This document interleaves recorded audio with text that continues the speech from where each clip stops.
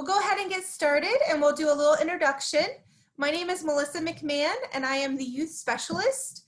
I started with Kiwanis International in January, and prior to that I was a state of Indiana government worker. I worked in child services and child welfare, Department of Human Services, and Criminal Justice Institute. So I have a health and human services background and also an interest in child welfare and child protection. And then we have Michelle. I'll let her introduce herself. Hi everyone, this is Michelle Studi Campbell, and I was your first youth protection director last year and still continue to work in youth protection as part of my new role where I serve as your Kiwanis Youth Program Executive Director. So all of our SLPs, all of our service leadership programs from CKI to K-Kids, I work with our team leads in those departments, and I'm excited to be here today with everyone. So thank you so much for logging on. So why does youth protection matter? Here are some statistics that we wanted to share. First of all, if you're not aware, there are over 335,000 youth that are served each year in the Kiwanis youth programs. And that's not to mention all the youth that we serve in the community. So we're serving a lot of youth that are within our different lines of program, from K-Kids all the way up to Key Club. And the World Health Organization, we've done some research and looking at different statistics, and the World Health Organization reported that globally 1 in 4 youth will suffer some type of abuse or maltreatment, and even of those, 85% of child abuse victims will never report their abuse. There was also a study in 2016 from the official journal of the American Academy of Pediatrics that found that globally it is estimated that 1 billion children aged 2 to 17 years old have experienced physical, sexual, or emotional violence or neglect. Additionally, abuse is usually at the hand of a known acquaintance, a family member, and not necessarily the stranger or the person that's just off the street. And more than 90% of abusers are people children know, love, and trust. And we also know that experiencing violence in any way impacts childhoods, their lifelong health and well-being. We have a few statistics related to suicide.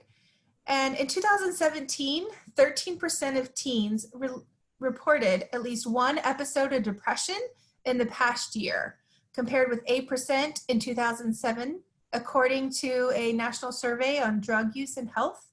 Suicide is the second leading cause of death in children and adolescents in the US, and suicide is the second leading cause of death in our age group of 15 to 29-year-olds globally. And while there are some different risk factors listed here, there's also the warning signs. And we also know that depression, 3/4 of all mental illness that we see in adults has already occurred by the age of 25. So in trying to work with our youth, we want to build environments that are safe and that are caring and that are teaching our next generation of leaders that we care about them. So youth protection compliance. What do I mean by this? So our goals as a youth protection team in Kiwanis, across Kiwanis, are to protect, educate, and engage all Kiwanis youth adults. We want to protect our youth members from predators, unsafe environments, unsafe circumstances. We also want to empower and educate our adult members with the best practices when working with youth, and also provide youth with positive skills development tools, such as empathy and going along with our service leadership and our servant leadership heart, but we want to engage our future leaders to be their best. So those are our goals and kind of youth protection. We do keep statistics. So each of you who are a Kiwanis sponsor that's on record, we have those. And here is just a snapshot at the end of, or the middle of June. There are around almost 9,000 service leadership clubs across the globe. And of those, we have about 7,000 advisors on record, and about 5,000 of those are background checked. So background check is a tool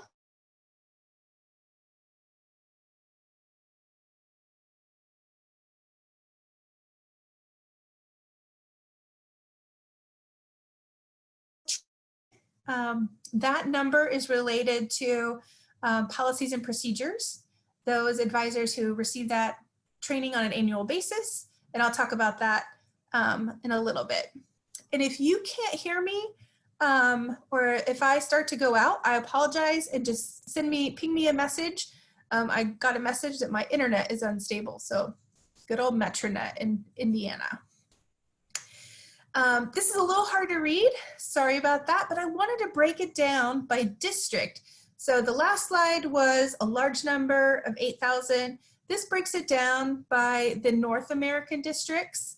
So we also have the Caribbean, we have Canada, and how you can see in the middle of the screen how the advisors, the background check, and what are those percentages. And so you can see that not all of the districts have 100%, and our goal is to have 100%. And again, this is for all the SLP clubs as of June 15th. And this next slide is, we broke it down to just key clubs. So key clubs, the total number of key clubs in each district, and then how many Kiwanis advisors are listed, what's that percentage, and the percentage of those advisors who have background checks. Because these are data and statistics that we keep within our reporting tool. So as I said, our goal is to have 100% compliance with background checks as well as our training. So we're gonna get into our youth protection ABCs. Why do we say ABCs?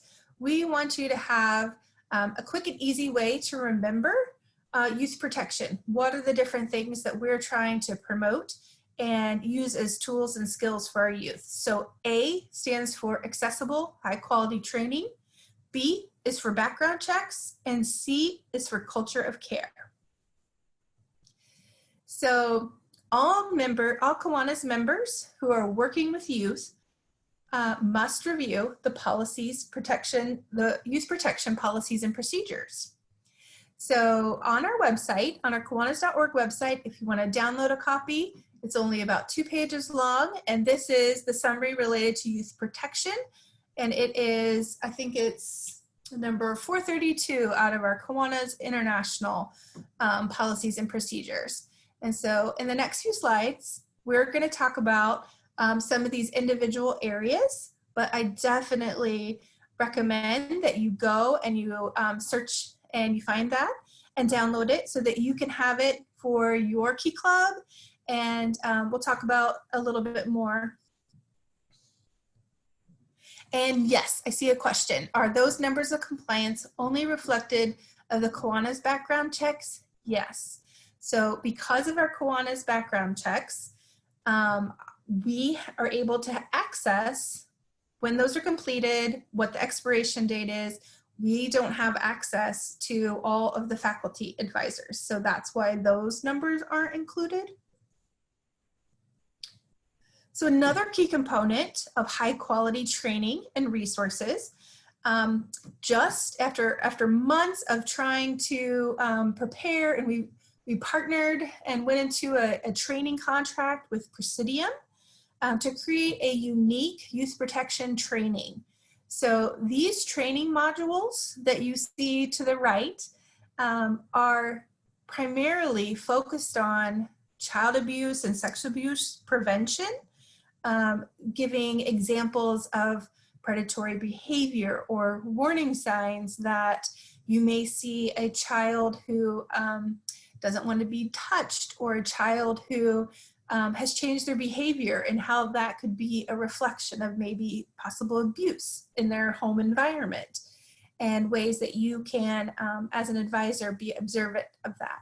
And so this new training, Praesidium is our training provider, and they actually have over 25 years of experience in child abuse protection and training and intervention models, and many global and national nonprofits use their training materials.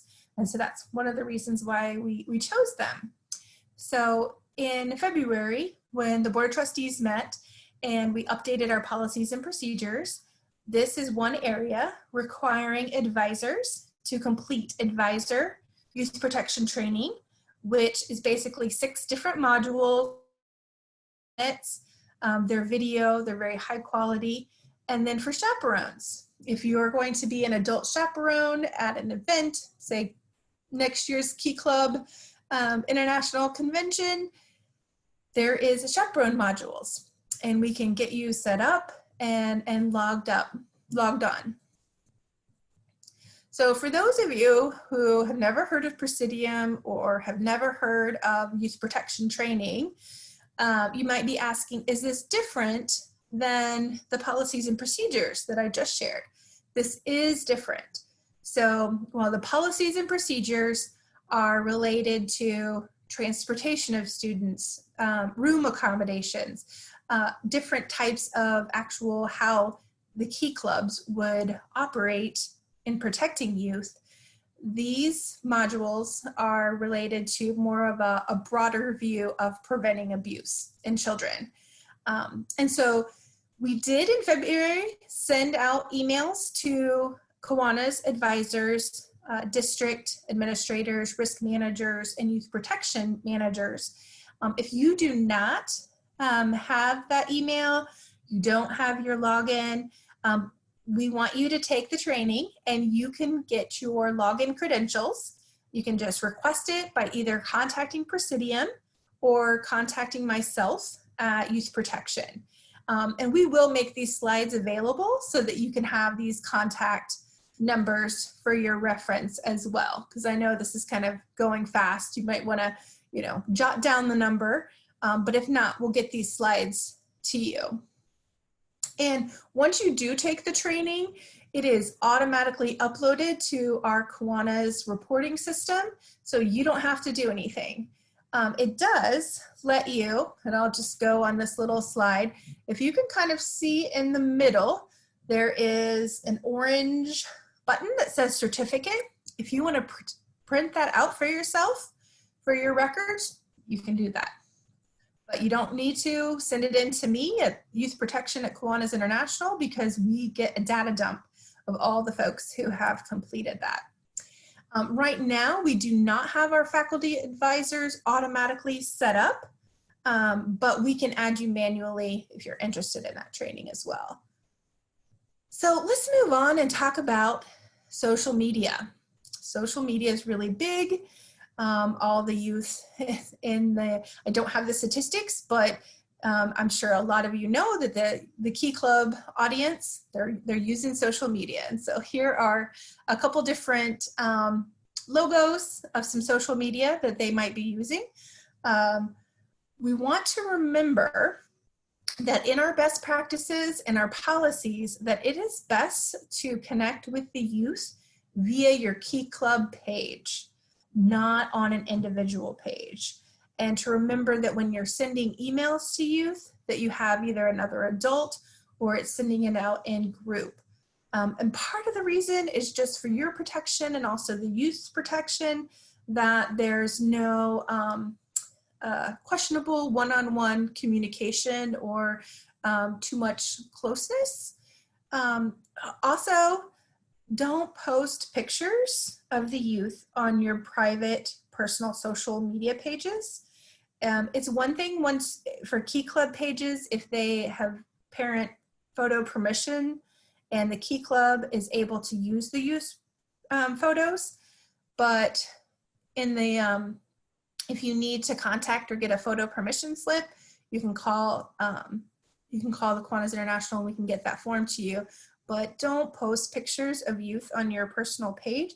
And part of that is also for the youth's privacy and also their protection. So here is a scenario, putting this policy into practice. So Pat is a new college graduate and a former Key Club youth leader. Pat is a member of the local Kiwanis Club and will be a Key Club advisor. Pat is also a communications marketing professional. Okay. Pat is very enthusiastic about the new role. Pat friends the faculty and the students in the club on Facebook.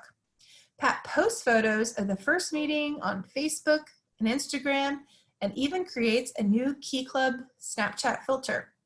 What do you do? So in the chat, if you could go ahead and give some answers, like what would you do in this scenario?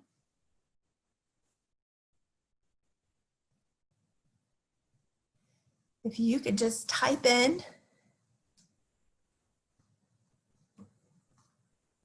what would you do in this scenario?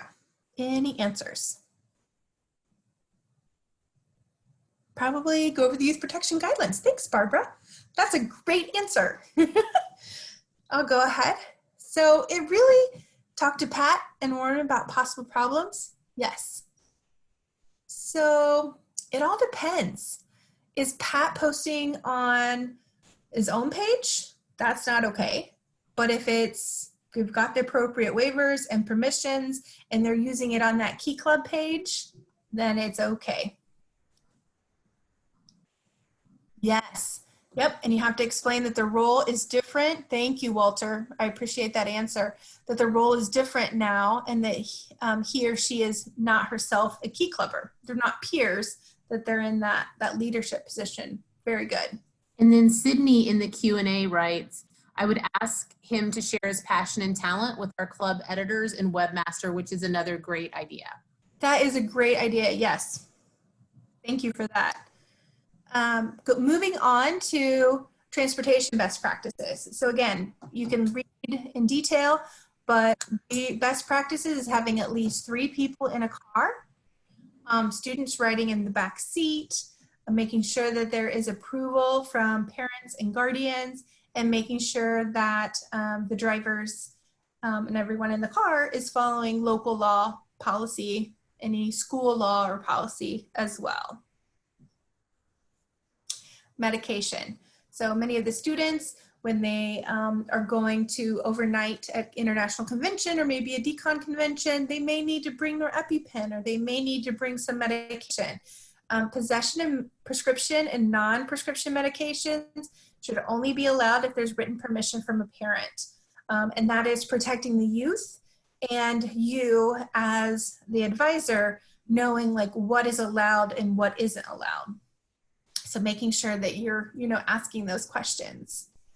Another policy and practice is reporting guidelines. So basically, if there is troubling behavior with a Kiwanis, with a youth programs student at a Kiwanis event, or you become aware of a situation that is illegal or potentially unsafe for that person, contact those site coordinators or that conference personnel that are on site, and if needed, contact local law enforcement personnel as appropriate. Now, if this happens, you find out about troubling behavior or behavior issues with youth after the fact, contact the leaders of the event, have a discussion. We want all the children to be safe and we don't want anyone to harm anyone else or there to be any bullying or any unsafe practices, but also throughout the whole situation, we also want to follow all local, state, provincial, federal laws regarding reporting. So we're not saying we want you to follow any of the local laws. Another thing, if say you're at a convention in Florida and you don't know the local laws, besides calling 911, you can also call our Youth Protection Helpline. So the Youth Protection Helpline, Kiwanis entered into a partnership with Praesidium, and they are providing 24-hour, 7-day-a-week support by trained professionals And if this is a policy violation from an advisor or even a student, students can report anonymously, and the calls will be routed to the youth protection team. And then the youth protection team will contact that key club district administrator and work with looking into those issues. And these are primarily, I wouldn't say, hopefully it's not life-threatening, but if there's any harm or students feel uncomfortable of a practice that a local club or even at a district level that they're doing, we want them to feel comfortable to be able to report. And Melissa, I just want to pop in here and say that we are receiving calls now. The hotline has launched back in, I think, February-ish, and then of course the pandemic hit, and we pretty much all in-person activities kind of grind to a halt. But even during that time and today, we continue to get calls periodically. Thankfully, at this time, they have all been about boundary violations and really nothing unlawful. Certainly violations in our own policy and code. So word is out, our students are calling in, parents are calling in. So please share this number so that folks feel empowered and have this as an option, and or use it yourself if there's any, if you need clarity on some of our guidance. Thank you for that. So moving on to background checks. Background checks beyond. Whoops, sorry. So all SLP Kiwanis advisors must have a Kiwanis cleared background check. This policy has been in place since 2016 and beyond. What we're talking about here is the background check that Kiwanis, we have a vendor, Safe Visitor, Safe Hiring, and through our research, we know that background checks can be used as a screening tool to identify potential predators or adults who have a history of violence or child abuse. So this is one tool that we are using. And while Kiwanis is a global organization, we realize that background checks and the mechanics of those checks vary greatly from different country to country. And so we have partnered with Safe Visitor, Safe Hiring. It's a $25 fee for the member. It's the least expensive bid that we found for the level that we're receiving. For our Kiwanis members who are in the US and the Caribbean, they can enter their personal information, and Safe Hiring will work with those local, state, federal, especially in the Caribbean. They'll work with what is available for resources to be able to provide the background check at the level that we seek. And in Canada, we ask that our Canadian advisors contact their local police service to get a Canadian vulnerable sector check and send that into Kiwanis, and so that we can see it and verify and update our membership center or membership system. And then for those countries who are outside of the US, Caribbean, and Canada, contact us at Youth Protection, and we can send you an individual link to our vendor, and our vendor will work with your local law enforcement of your country to provide a background check as well. And so we have faculty advisors that are participating in the session. I want to say that we're going to get into in just a few minutes about the different types of background checks that are needed, whether you're a faculty or not. But this is faculty advisors. We know that you have background checks that are done through your school. This, what we're talking about right here, is through our Kiwanis advisors. So with background checks and beyond, we have enhanced the background check for chaperones. So those chaperones who attended last year's Key Club International Convention, there was a longer look back. And then myself as a compliance specialist, I am trying to work on our reporting, work on the data, contact folks who have expired their background checks and make sure they get them renewed very quickly. I will say For those of you who aren't aware, because all of you have your background checks, so you were able to participate, but if you know of other Key Club advisors that don't have one or they're questionable, if they want to know whether they have theirs or not, they can email Youth Protection and I can provide that information. And you may even go back to your club president and say, hey, do we have all of our advisors for all our different that are club sponsors? They can contact me as well, and I can provide that information and send out links so that everyone can get renewed for their background checks as well. So chaperones. So chaperones are going to be someone who, you know, attends a decon, attends an event. They must be 21 years or older. So this would be someone who, as an adult, is assisting the advisor, but they're responsible for the youth, for whether it's a section or whether it's, you know, a whole group. So all chaperones, whether they are club members or non-members, participating in a single day or an overnight SLP sponsored event must have a clear background check. They must also have that Praesidium youth protection training, review the policies and procedures, have that training. And then there should be a minimum of 1 adult per 10 students. They must be serving as a chaperone during the entire event.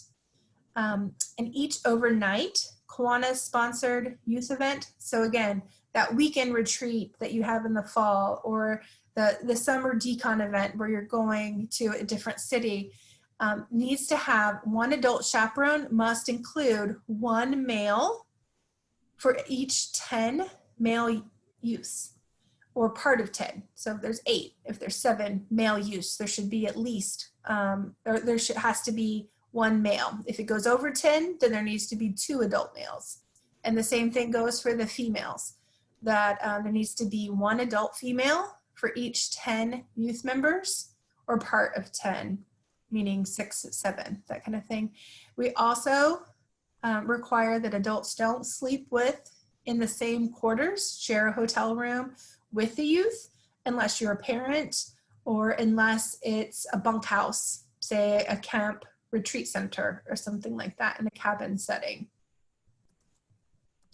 So we have another scenario, and this is related to student room accommodations. And so you have a big trip overnight with multiple Key Club chapters. There's 35 students, 19 females, 16 males are staying overnight on this great trip. 3 days before the trip, you learn that in the past year, one of your students, Al, is now Alice and identifies as female. What do you do? Rooming assignments, chaperones? Okay, so based on what we just said, can you provide some answers? What do you think? What would you do? Can you type in the chat box? Meredith raised her hand. Thanks, Meredith. Yes, we need a chaperone of the gender they identify with. Thank you, Joseph. I appreciate your response. Keep those responses coming in. Want to hear from you, and then I'll give you the answer. So Meredith asked, what is decon? And that is a great question, and something I had to ask last year when I was new, and that is the district convention. So each district has their own Key Club convention. And in the past, the only youth protection policies that absolutely had to be followed were at international events, and now those policies are extended to district events. So hope that answers that question and then some. And John has a question and answer. Thank you so much for your questions.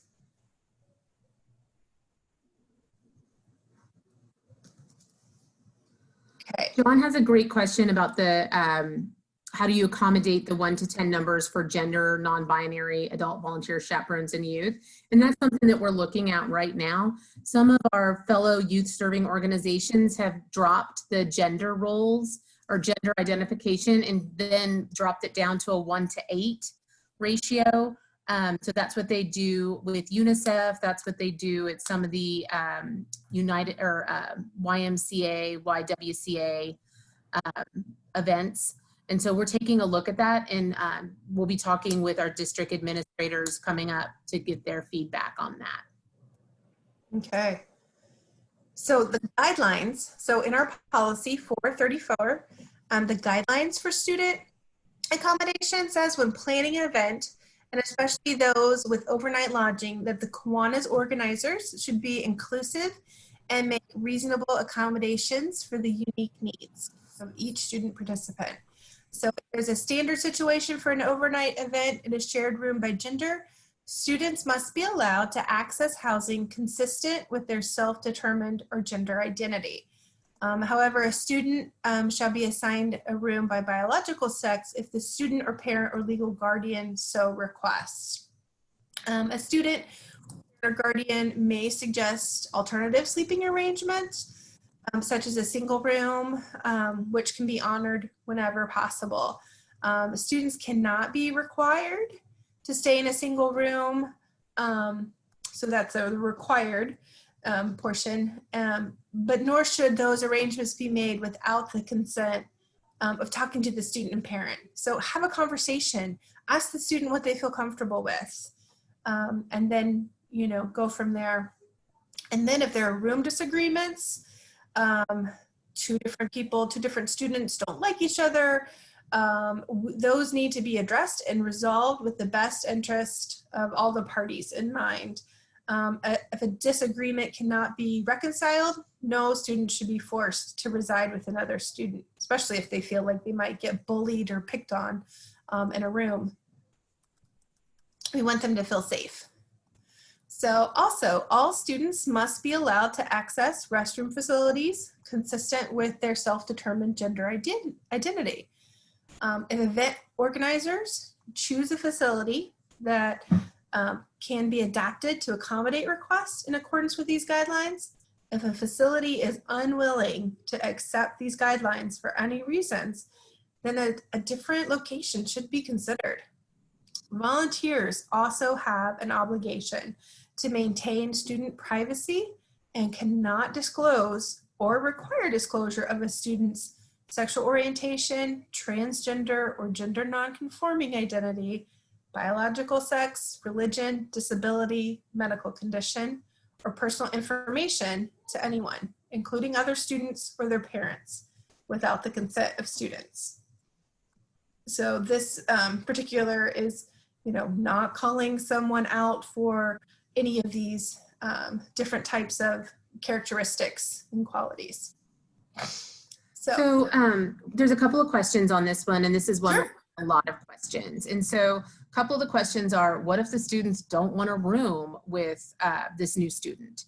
And what we have found in practice, in reality, and what we hear from our faculty advisors and our Kiwanis advisors when they truly have this experience is that the students whom, I think in this case we use the name Alice, I think that Alice's friends who are in the group already know what's going on and they're comfortable rooming with Alice.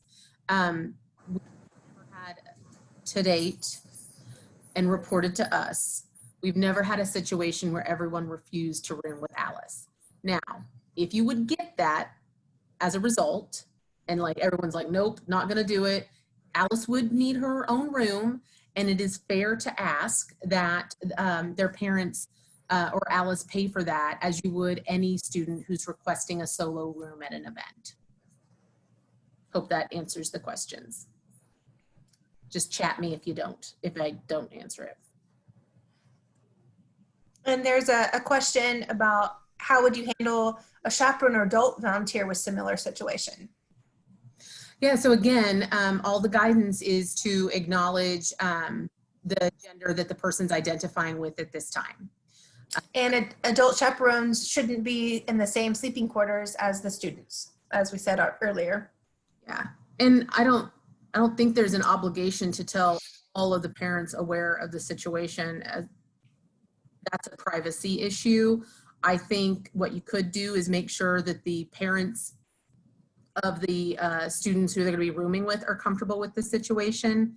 But again, in practice, the students are more used to this than adults are, and it doesn't appear to be quite as concerning for students in reality.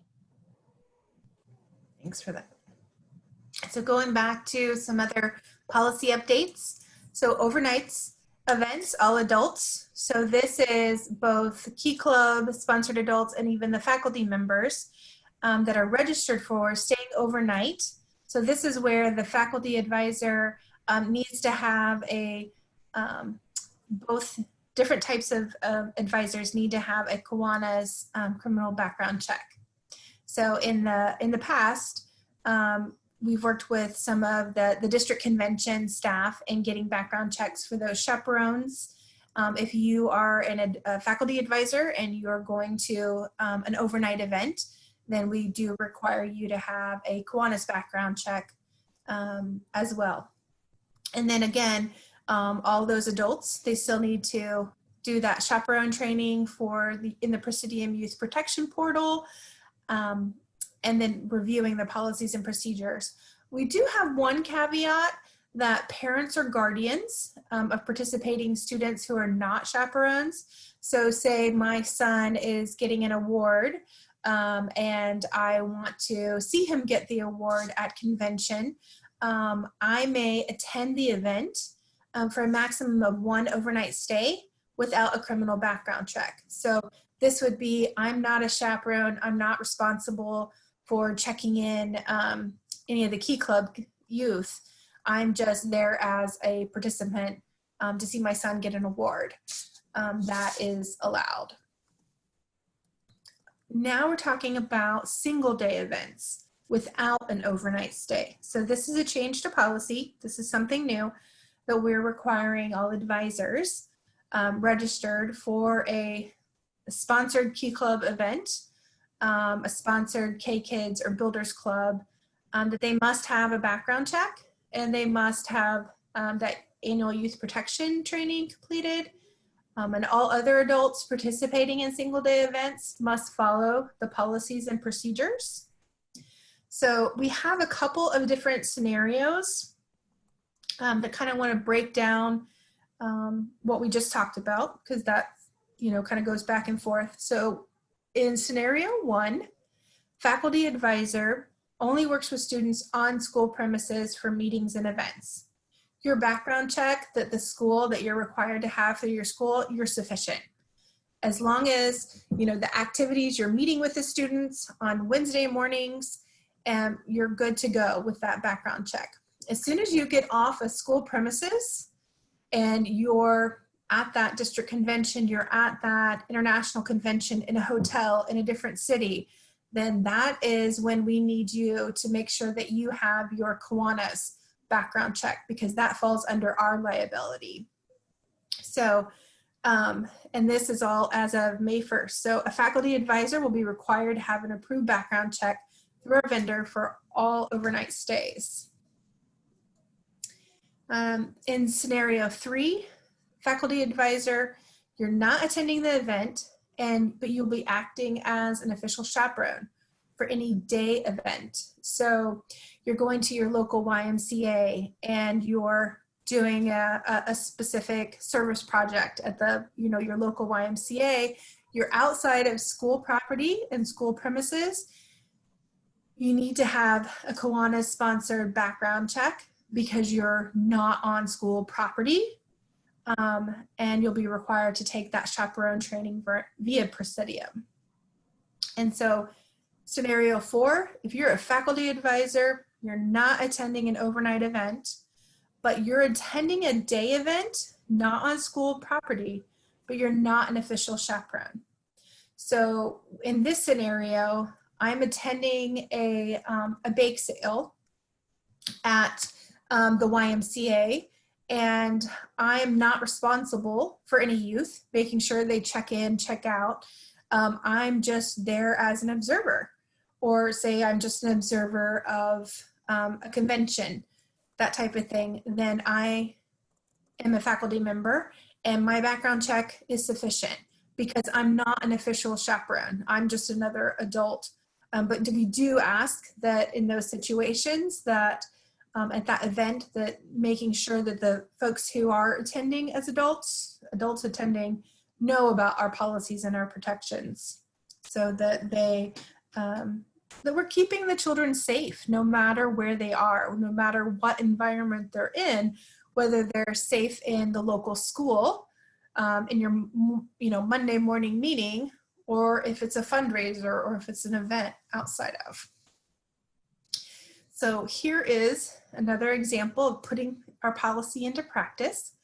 So your Key Club District Convention is coming up in just 5 days, and you have 50 chaperones. 45 have cleared and 5 are pending. What do you do? Can you answer in the chat box? I love seeing all your names. What would you do? We've got 45 cleared and 5 are pending. What would you do to those 5 based on what we've said so far?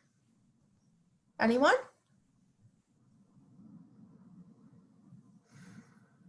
Limit the attendance, recruit pre-cleared volunteers. Oh, that's great. Thank you, John. He read my next slide. Yes, if you're short a vendor, talk with your district. All of our district youth protection managers have their background checks. Our district risk managers also have their background checks, and also our district administrators. And our district administrators and our youth protection managers have access to look and see who might be able to chaperone or go with you to that district convention who has their background check. And again, you can always contact me and I can look it up in our reporting system. We do suggest that you give your volunteers at least 4 weeks. There have been times when most of the time, we say 4 weeks, but most of the time we can get it within a couple weeks, as long as there isn't COVID and there isn't any kind of unique circumstances. But we do want to make sure that there's adequate time to be able to process those background checks. I also want to suggest that you also work with your CKI students if you have a chapter near you. In this upcoming year, we're going to be putting resources into CKI to help those students get background checks, those that are over 21, of course. And so they are all students who want to work more closely with Key Club and to provide service in that way and to partner. And we want to help them get those background checks so that they can be a resource for Key Club as well. Mm-hmm. That's great. Thanks for sharing that. And so those, I think I might have seen a question, but here's another scenario. Your Kiwanis Club is hosting their annual pancake fundraiser, and they've asked Key Club students to serve. You as the advisor gladly say yes. True or false? Every Kiwanian present must have a clear background check. Can you answer in the chat box? What do you think? So does all of the 50 Kiwanians who are flipping pancakes, are they required? It's not a sponsored event by the SLP. What do you think? False, false. The answer is false. Thank you, John and Barbara. So this event is not an official sponsored SLP event, and not all Kiwanians are considered chaperones for this example. So now we're going to move on to culture of care. And when we talk about culture of care, what we mean is that we want to not only provide all of those youth and adults in the service leadership programs with knowledge and skills to become servant leaders and to fellowship and serve in their communities. We want to make sure that their experiences have care around them, so that we are looking at their mental and physical well-being, and that the environment that we're providing is not only safe, but we're looking at ways that resources that can share with our advisors and with the youth on positive youth development, sharing with our parents on positive youth development and youth protection.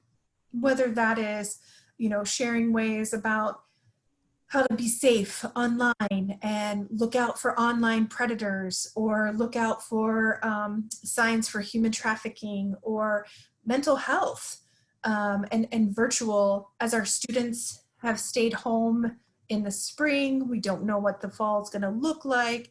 Their mental health, and looking at if students are depressed, what are resources that we can provide at that international level to help you as key club advisors. And so here's a couple of the ways that we're working on our culture care initiative. And again, this is not something you buy into. This is just, this is basically just, we want the youth to know that we're caring about them and their experiences as they learn how to be leaders, as they learn how to serve in their community, and that they have skills of empathy and compassion, and they can help other students if they see their peers or their other key club students who have become disengaged or disheveled. We're trying to look at different resources. So one of the things that we did in May, Michelle and some of the, I want to say Kaylina and some of the other. Yeah, Conrad was part of this one. So our iBoard trustees were part of a question and answer session with Dr. Chaudhry from Anthem. She is the kind of doctor in residence, psychiatrist in residence, focused on teen and adolescent health. She's out of Harvard Med, and she did a great Q&A on how to deal with stress, signs when someone needs more help than just a good talk, and how to access that help.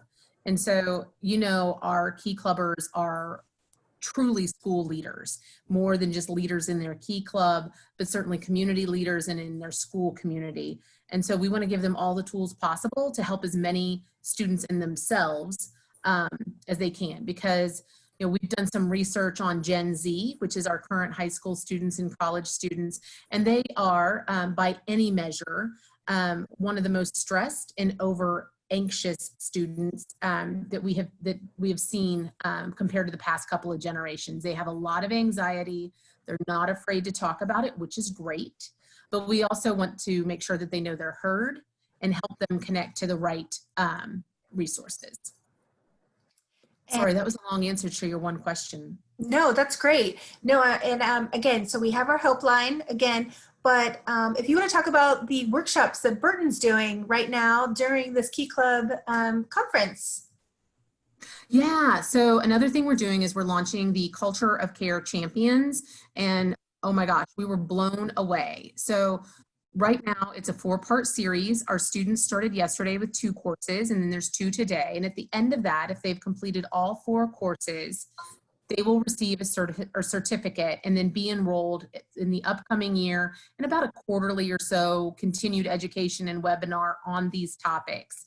And so we had over 600 students enroll and show up yesterday for these courses. And so our students are truly hungry and have a demand for this information, and we're going to continue to provide greater information in this area, as well as some other topics that we know they're interested in coming up. So this is great.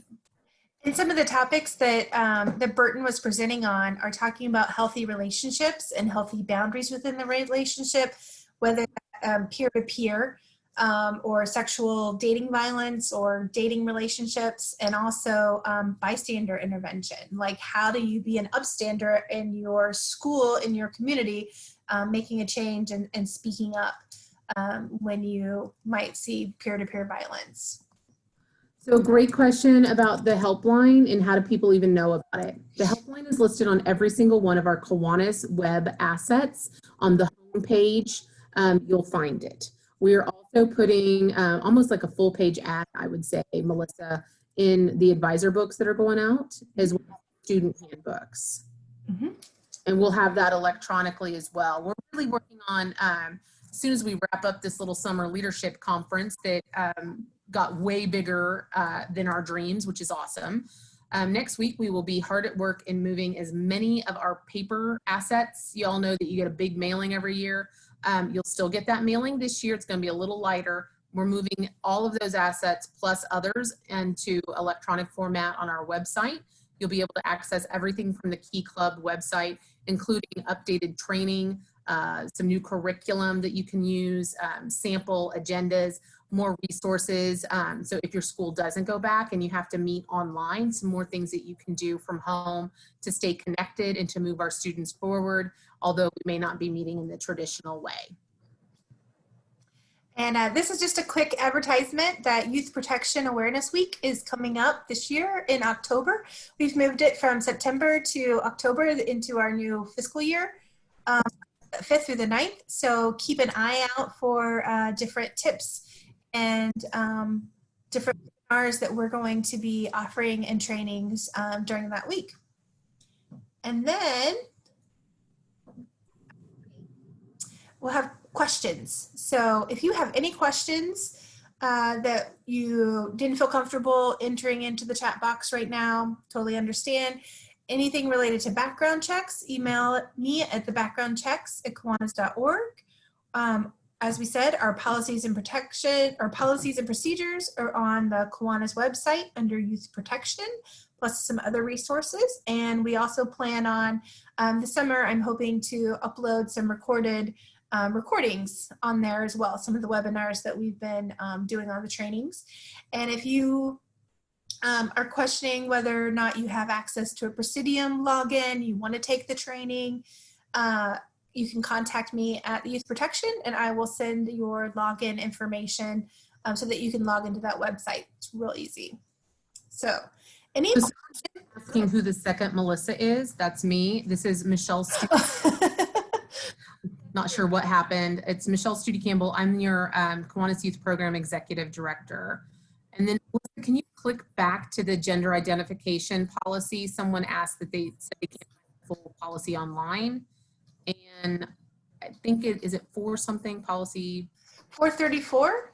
434. That's all I needed. That is literally cut and pasted from our website. But if they don't kick us off of here, I'm going to go try and find it and cut and paste that into the chat box. And also just to note, this is actually in the larger section on the whole Board of Trustees policy, and I am pretty like the 192 page document. Yes, yes. I do not think that it is included in our 2-page. No, it's not. Yeah, because it's so in depth. Yeah. Any questions? Oh, good. Thank you, John. Steve, thank you from Ottawa. Oh, 3-minute warning from Marquise. Okay. Anyone else have any questions that we haven't answered? Q&A. As a Key Club sponsor, I did not know how to make contact with my district. Oh. Good question. We'll help you. Yes. Can you type where you're at and then, or email Melissa and we can get you? Yes, we will. Oh, why did background checks take so long? That's a good question. So it depends. Sometimes you can get them back in 24 hours. We are doing, if you're in the United States, it's federal sex offender registry, state, and local. And what we found is some of the local county courts are kind of slow and they're not always open. And we've run into some slowness during COVID where local county courts have been closed and they're reopening.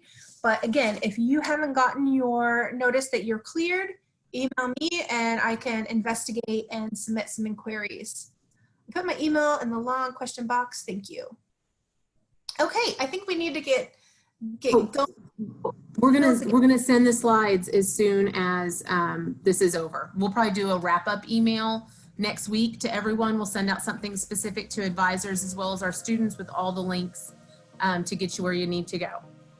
Yeah, thank you everyone for joining. It was great seeing their names. Appreciate it, and hopefully next year I'll see you in person. Fingers crossed. That's right. Have a great day, everyone. Bye.